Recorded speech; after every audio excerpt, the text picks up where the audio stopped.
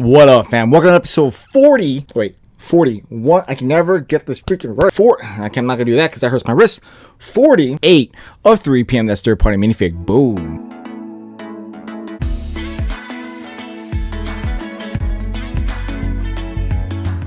And in this episode, I'm going to be looking at Brickmania's D-Day Squad Pack Part 1. And if you're not familiar with what these 3 minifigures are kind of emulating, watch the movie Saving Private Ryan. If you're watching this video, there's a huge probability that you've seen the movie Saving Private Ryan. You know, the war movie that made such a splash in the military fighting realism upon its release, to the point where veterans would literally leave the movie theater, oh yeah, remember when that was a thing, during the opening fighting scene. But in case you've never dabbled into the movie, it's a film starring Tom Hanks and Matt Damon, where a squad of 2nd Rangers from the 29th Infantry Division search for a Private James Francis Ryan, who dropped with the 101st in the opening days of the invasion, so they can bring him home to his mother due to the loss of his own actual brothers, all falling in different battles during different parts of the war across the world.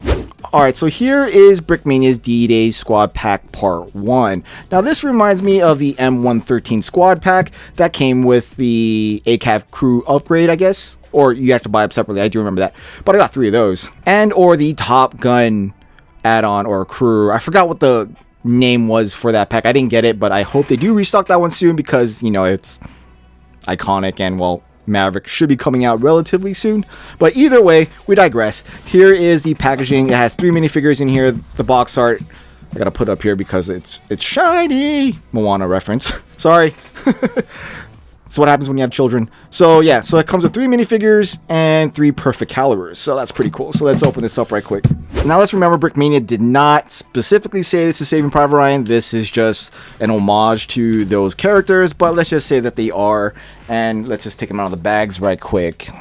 And remember, I like to put the weapons reverse gripped just because I like the realism behind the holding of the weapon. In case you want to call me out on that, that's just how I like to do it. So here are the Brickmania minifigures. From left to right, we have Matt Damon or Private Ryan, Tom Hanks or Captain Miller, Tom Sizemore or Sergeant Hovack. Now each one of them is holding a perfect caliber. From left to right, we have an M1 Garand, then we have an SMG, and then we have an M1 Carbine. Now the M1 Carbine doesn't really feel like a perfect caliber, even though it really is. It looks like a brick arms reload plus the UV printing. So technically, yeah, that is a perfect caliber because all perfect calibers are. It's a Brickmania term for brick arms that they've UV printed to get that more realistic feel in more detailed shots. Now, if we look at Matt Damon, just like the other 2, he is UV printed. You can tell by the top of the minifigure, they are tan torsos originally.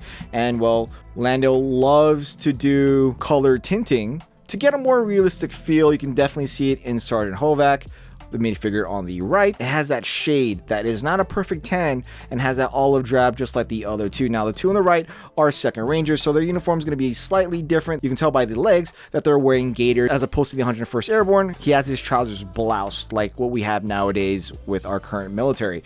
We no longer wear gaiters like these 2. The military currently blouses their boots with boot bands, at least that's how we did it. So if we're going to start from left to right, here is the 101st Airborne uniform. He has these M1 Garand. On the left side, he has a tool entrenchment or E-tool, the private chevrons, and the 101st insignia designation. He is wearing a 3D printed helmet with that webbing to kind of give it that more realistic feel. On the texture portion of the minifigure, on the rear of the harness, he has a canteen plus magazine pouches. On the right side, he has a knife on the bottom of the legs and another PFC chevron or private chevron on the left side. I definitely like the differences between these 2 uniforms, but all 3 of them are slightly different in coloration, which makes them each unique. Now Captain Miller, he has the captain insignia on his helmet, plus that open jacket or harness that he would wore in the movie with his SMG pouches and or stuff that he would need to function. His entrenched tool is in the rear, and then you have the 2nd Rangers logo on the back of the pod helmet, and a canteen plus a back sack. I guess that what looks like. Looks like a pack that's also underneath the entrenchment tool. On the right, he has a sidearm above his gaiters. And in the front again, I mean, he's going to need all those patches for random things that officers need to carry in battle anyways. But the face definitely looks a little bit more defined as far as Tom Hanks' looks is concerned. And he does a good job. Fallen again. And finally, Tom Sizemore. He has that M1 Carbine, very basic helmet with the strap, just like Tom Hanks, but without the captain insignia. He's wearing that tanker jacket. On his load bearing harness, he has 2 pouches for his M1 Carbine and for whatever else he needs. He has that Ranger logo, plus the sergeant or gunnery sergeant, or what is it in the Army, sergeant first class, on his left shoulder. On the rear, he also has that pack with an entrenchment tool, plus canteen and back pouch. And on the right, he also has a sidearm above his gaiters. His face is also defined to the character of the movie, and that's all 3 of the minifigures. Each one of these figures are different in their own way, which makes them special.